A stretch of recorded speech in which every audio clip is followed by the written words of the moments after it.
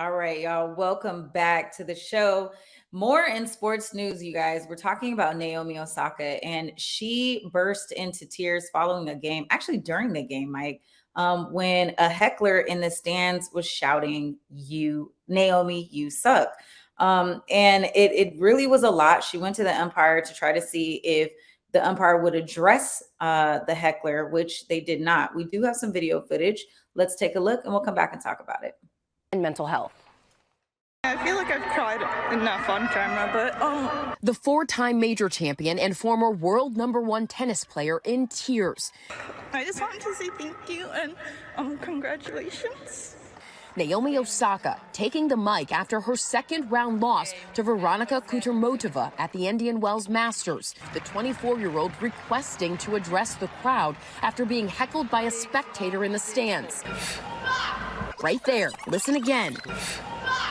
A visibly upset Osaka asking the chair umpire to have the heckler removed, but the umpire rejecting her request. And I don't know why, but like it went into my head and it got replayed a lot. Osaka saying the setting reminded her of Serena Williams playing there in 2001. The crowd booing as Richard and Venus Williams watched her play. An incident the family calls traumatic and believes was racist. Both players boycotting the tournament for more than a decade. I'm trying not to cry. The 24-year-old who's been open about her mental health struggles with anxiety and, quote, long bouts of depression, even stepping back from the spotlight, withdrawing from last year's French Open after opting not to do media interviews against tournament rules. I honestly don't know when I'm gonna play my next tennis match. Sorry. And taking a 4-month break from tennis, but it's been a rocky return for the now 78th ranked Osaka. All right, y'all. Definitely a sad moment. And why are people messing with Naomi Osaka, you guys? You know, she's just coming back into the sport. She has battled a lot of mental health issues. She's been really open and candid about that. And she took a step back to get herself together. And with that being said, it's just really sad that this heckler was able to get so far into her head that she wasn't able to kind of really, shake it off and get back into it. She also talked about, having watched video of Serena Williams, while she was at the Indian Wells Masters, and, hecklers, the same thing, like you saw in the video, people booing her as she played. So I don't know. It's just one of those things that it's just extremely sad. And I mean, my heart just breaks for the girl, I mean, come on. Oh, we can't hear you, Mike. Man, my bad. I'm trying to think of how to go about this, man. Is this a safe space? Can we be real or not? Go ahead. I mean, look, you're an athlete. Real. Yeah. I mean, you're going to say she was pretty soft?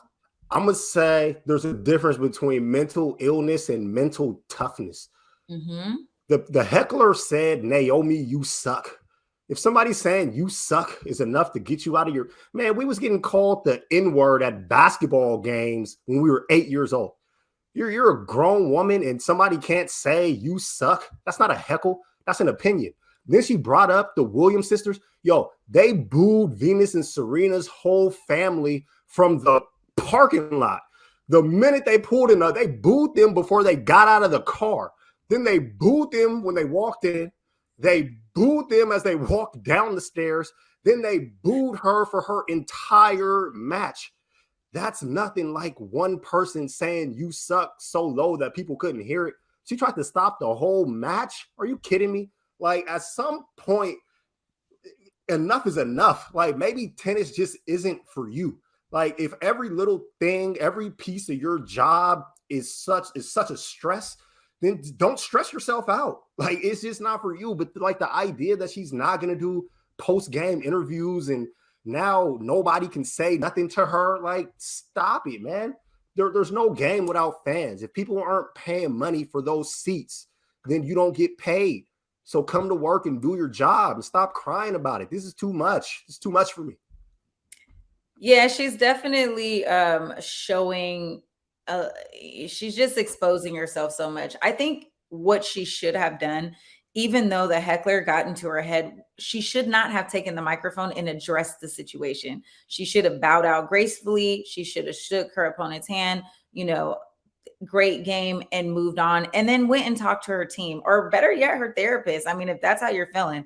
But I agree, at this point, she seems like she's going through something else, because as a professional athlete, you're absolutely going to face hecklers in the audience. You're going to face boos, people that are in opposition of you. You are there to compete, keep your head in the game. And I think you're right. That mental toughness is just not there. And perhaps it is time for her to hang it up. I will say there are times when fans go too far. Like, I don't want to act like the players are not people, or like we own them. And I think somebody said something about Russell Westbrook in the comments, and I think that that's a great example.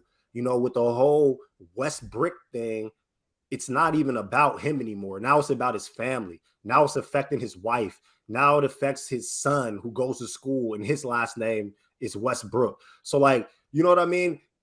So if you're getting death threats, that's too much. Or if this extends to your family, this is too much. But one fan at one match saying you suck, like, that's very different than some of the instances where we see fans crossing the line. I mean, we had NBA players not too long ago having fans throw beer.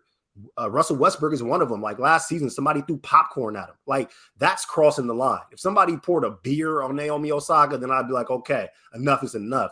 But somebody saying you suck, like, come on, you have to be able to get past that.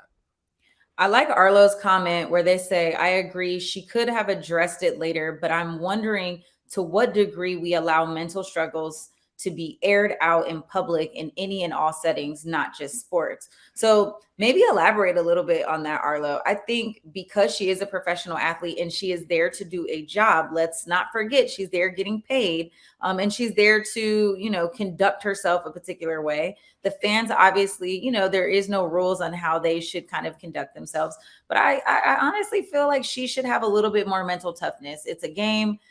Keep your head in the game. That's a part of the whole coaching situation. But I don't know. And I say too to Harry Jefferson's comment, because there's a lot of people that I've also heard say, like, well, why do athletes have to talk after the games? The reason why athletes have to talk after the games is because ESPN paid $1 billion for the rights to air this game. And in that contract with those rights comes the responsibility of the players to speak at these post-game press conferences. Is also a collectively bargained piece of their contract that says that they have to do it. So it's occupational. Like, it comes with your occupation. It's literally a part of your job. If you have a job where you deal with people, you got to deal with the people. Like, you can't just eliminate a part of your job. If they say they don't want to do those press conferences, well, then that's going to come with a tremendous cut in pay across the board. So at some point, man, like, not every job is for everybody. And if you want to have a job that's going to be that high profile, is going to be that stressful, is going to be that much pressure on your mental health, well, then you have to be prepared to take that job. Otherwise, it's not for you. And that's okay too. Naomi, never let them see you sweat, baby girl. Another professional